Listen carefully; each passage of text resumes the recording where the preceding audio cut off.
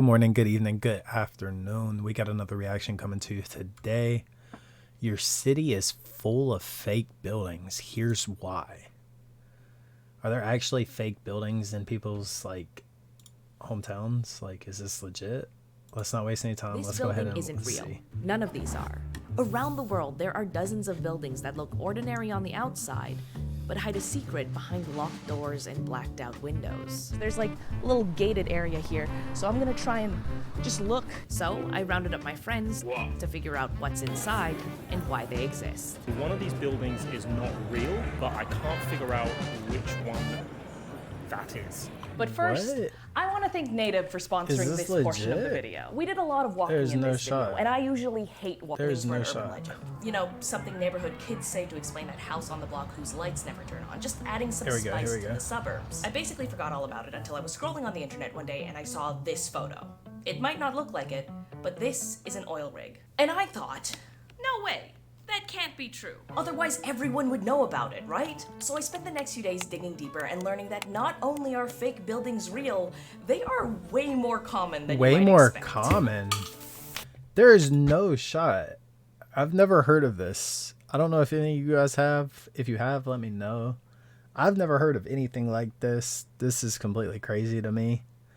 I still can't believe it, but I'm excited to hear more and see more. So yeah, let's not waste any more time. Let's jump right back into this. It's not just LA. There's New York, Paris, Toronto. I'm in Toronto, and I have never heard of this, so I gotta get a closer look. Yo, what's up? What? Could I ask you a favor? Sure, I'm so tiny. Am I legally obligated to say yes? Yes. Fine. You're going to New York, right? Yes, for the pizza video. Nice. While you're there, could you go to the buildings that I am sending you right now? Okay. Are they safe? This is not in my country. Yeah, it's like Paris, which is what, a 2-minute walk from the UK? Please. So you're gonna go? Fine. Nice. Yeah. Sick. Thank you.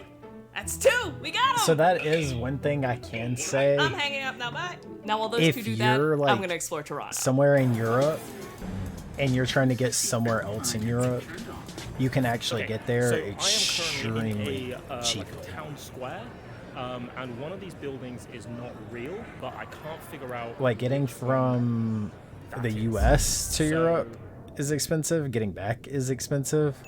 Oh, But as far as yeah, getting I've just around seen from it. place to Okay, place, it's probably at it's this point actually that I should explain pretty what I cheap. mean by fake buildings. What are we looking at? These buildings are not designed to mimic the architecture of a different place, nor are they empty shells for movie sets. These buildings are different. What we've got here is probably best described by the photographer Robin Collier when he said that buildings like these ones are forms pretending to be something other than their function. The form is usually made to blend into the surroundings, to look like any other apartment in the city or house in a neighborhood. Is this it? No, somebody lives here. Okay, I found the right house. this is legitimately not scripted, but I just walked past the fake building. What I was getting confused by was this is all apartment buildings, and then this right here, you can kind of see that this is all fake. But not all fake buildings are that convincing. What to tell you? Well, it's underwhelming. It just exists. But all these buildings exist so that the function, whatever is inside, doesn't disrupt the visual atmosphere. So what's inside? It all starts with the sign on the door. High voltage, keep out. There's a little gated area here, so I'm What gonna is try and inside of there? just look. Okay, can I just... Whoop. Sick. This is an electrical substation, and it's the only thing inside this house. Holy shit. This is what it looks like when it's not in a fake house. Basically, it transforms electricity from the really dangerous high voltage energy generated in a power station to something you can safely use in your home. But it's not just Toronto. There are plenty of places with hidden substations. And this is a fake building. It is actually an electrical transformer, and you can tell it's a transformer because there are a bunch of "you will be electrocuted and die" signs on the one door that lets you into the building. Other than that, it is basically just a wall. However, fake buildings disguise more than just substations.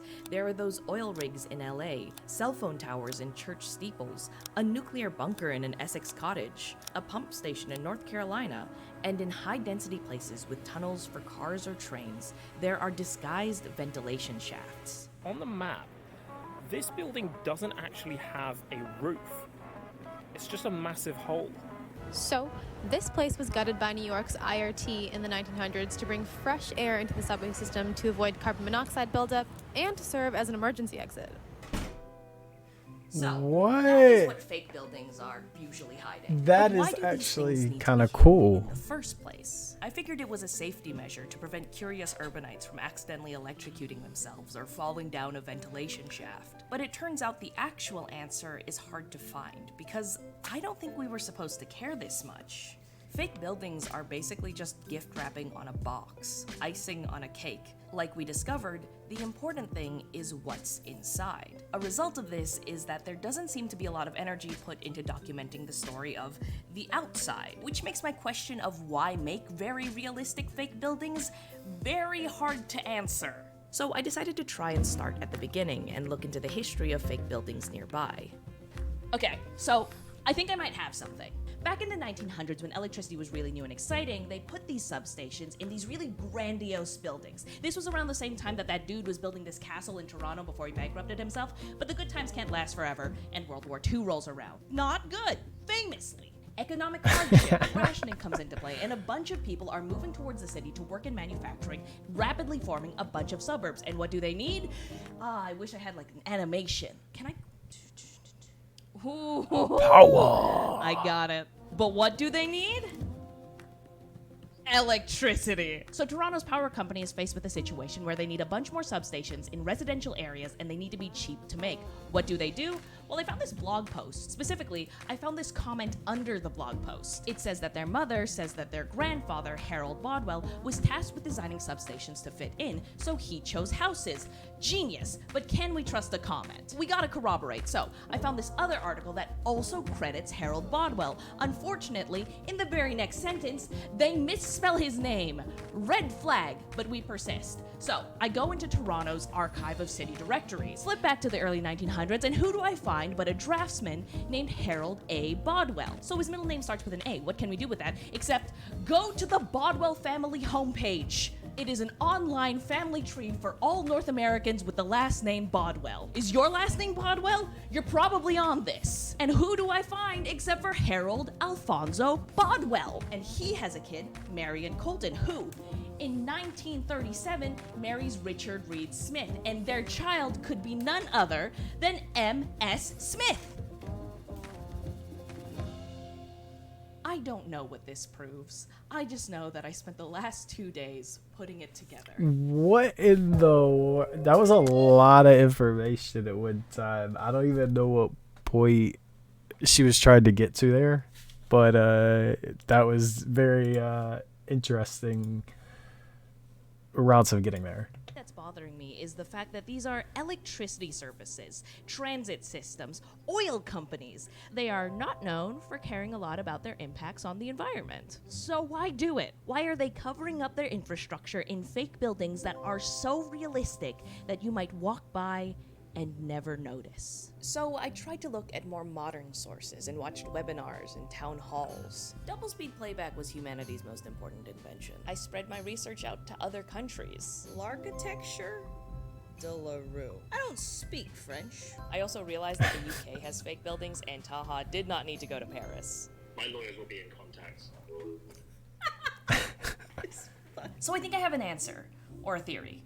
2 theories. Theory 1 starts in a neighborhood with a need, like power, ventilation, or sewage. The kind of utility infrastructure that overall improves lives, but can negatively impact its immediate neighbors, leading to the nickname NIMBY facilities, or not in my backyard. The arguments against these facilities are usually based in lifestyle and investment conflicts, with residents fearing the loss of neighborhood resources, potential danger, and other consequences that not only make living in a community less pleasant, they can also harm property value, which alienates people who see housing as an investment instead of a human right. I understand a lot of these concerns, but sometimes it's just straight up whack. Listen to this dude talk about a parking lot. This parking lot is a hub. It's the heart of a community. It's the hub. Now here's him talking about unhoused people. To increase the population density here with 64 units of people going through the most troubling, difficult times of their lives, this may not be the appropriate place to do it. An affordable house? But motives aside, people with NIMBY mentalities can be incredibly influential in North American urban design. It's because they tend to participate more in local politics, which informs things like zoning laws. So theory one is that developers with essential projects will cover them in incredibly realistic fake houses just to protect the property value and lifestyles of people with NIMBY mentalities. Bummer. But what about theory 2? What about this? What an undisguised substation actually looks like. There's a bunch of metal rods and signs that promise they will kill you. Imagine if that was your neighbor. So theory 2 for why we have fake buildings is just good urban design. Our environment can impact our health simply by how it's designed. It influences our sense of safety and the way we socialize. Aesthetic justice theorizes that just like clean air and access to education, well-designed I mean, if you have environments are kids who also run around social and good, play in the one that can area, improve our quality of I mean, a life. kid might If that's climb the true, then it fence just not makes reading sense the to approach sign, designing and the form that could with as much potentially be thoughtfulness really as we bad. do the function. Because a substation So, that like, powers the safety neighborhood could can be a also make the huge person part next of door that. feel anxious. It's just a bit scary. And a ventilation shaft that clears Safety the would air can probably become be the my center of biggest mysteries thought. and conspiracies. So theory 2 is that designers recognize that good function can't exist without good form, and they decided that the best form may sometimes be one that fits in. Into the hearts of cities or quiet suburbs all around the world. Unremarkable until you take a closer look. Except for this building. That's actually kind of cool. I actually enjoyed that. I hope you guys did. I actually learned a little bit right there. It makes me really wonder how many times I've actually walked past a fake building and not even realized it was a fake building. I hope you guys enjoyed. If you did, hit that like button, hit the subscribe button, drop a comment down below. Let me know if you've ever encountered any fake buildings. That's all for me. I will see you guys in the next one.